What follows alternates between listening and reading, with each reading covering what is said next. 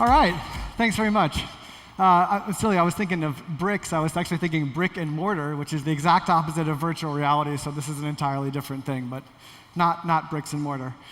I'm going to give you my background really quick. I have a background in media, creating technology. Now I only create virtual reality experiences.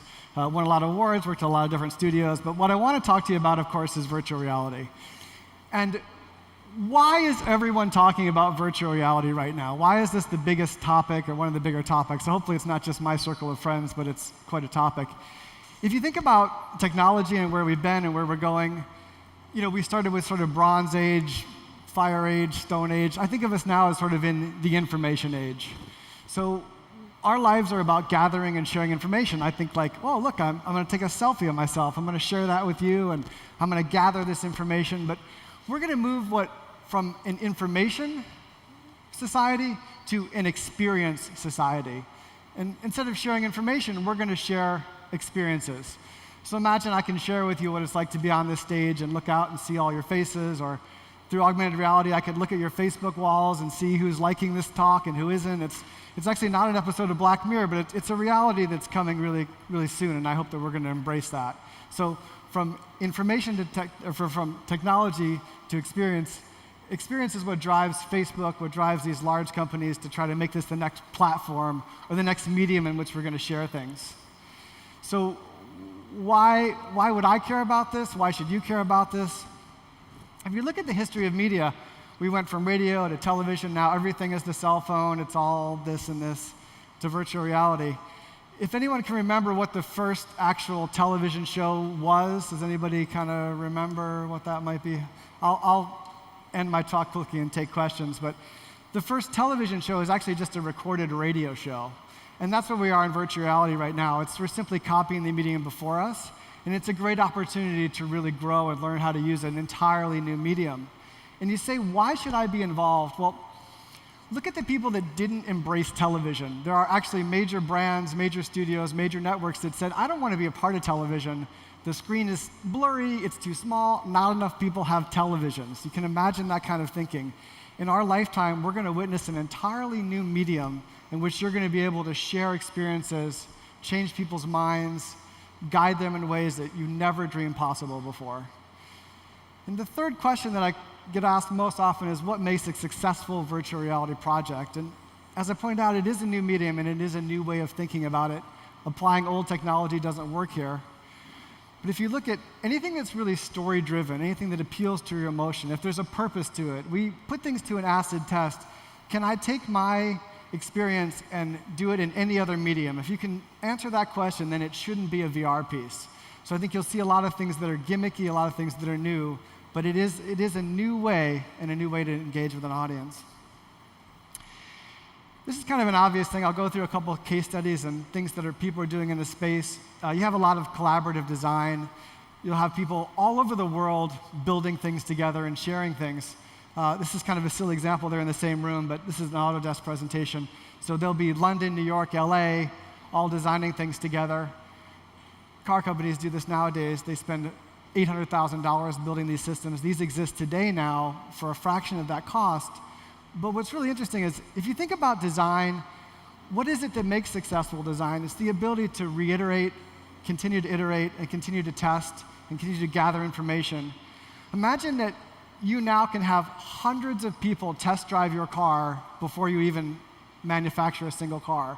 Your entire demographic at home can look at the car, feel it, drive it, adjust the radio, look at where your eyes are looking, how you interact in the space, and use that information to design. So when we can collaboratively design, not only our design teams, but you can design to the world. You have people in Second Life building things and experiencing them. So the metaverse is coming in an exciting way, and I hope that we're going to embrace that in our design philosophy, and that'll grow us. I sort of think of virtual reality as also the ability to really democratize time and space. So what I mean there is the obvious: be anywhere, share anything, do anything together. I recently went to a concert at the Greek. You had Mercedes there who brought a showroom. Showrooms are now brought on site. I think you'll see that on the floor today. But the ability to be anywhere, do anything, and share anything. You'll host concerts in virtual reality. We see it happening now in Second Life, brought to you by, sponsored by, sharing information. the literally democratization of time and space. You see a lot of people doing simple VR things, so building showrooms, building experiences, but imagine your friends can do this together. You can design these things together. A few great case studies you'll see out in the market today. We do see car manufacturers using virtual reality kind of showcase this new technology. And as much as you think, as big as you think virtual reality will be, augmented reality is going to be that next generation. You have companies like Magic Leap kind of transforming what the space will be like. These are some very simple things I had done about 5 years ago, but if you look at where we are today with augmented reality, download an app, point at an image, kind of see things. So I sort of think of where we are today in augmented reality as where we were with the CD-ROM. So in order to do this, we need to put a CD-ROM in our computer and load a program and then play it. And people don't really have the emphasis or necessity to really move in that direction. But we're going to move into a space where just the way that the CD-ROM became completely wiped out by the internet, that is happening now in VR and AR.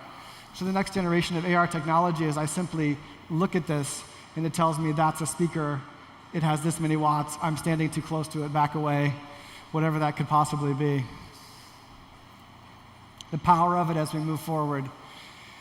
Imagine you have the power to literally explain the way people think, let them experience things, but also create emotions, but create feelings, create experiences.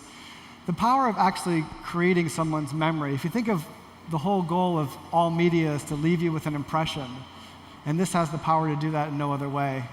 And when we look at AR, the ability to experience our world and learn about our world instead of doing this from a screen, but to just simply examine the world around us and gather the information that we want is really going to be game-changing, and it's exciting. I think in advertising today, I think these are the kind of topics that I feel aren't quite as utilized as they possibly could be, and my excitement is kind of combining these technologies together now. So AR, VR is an obvious thing. It's simply a new technology that we don't see using.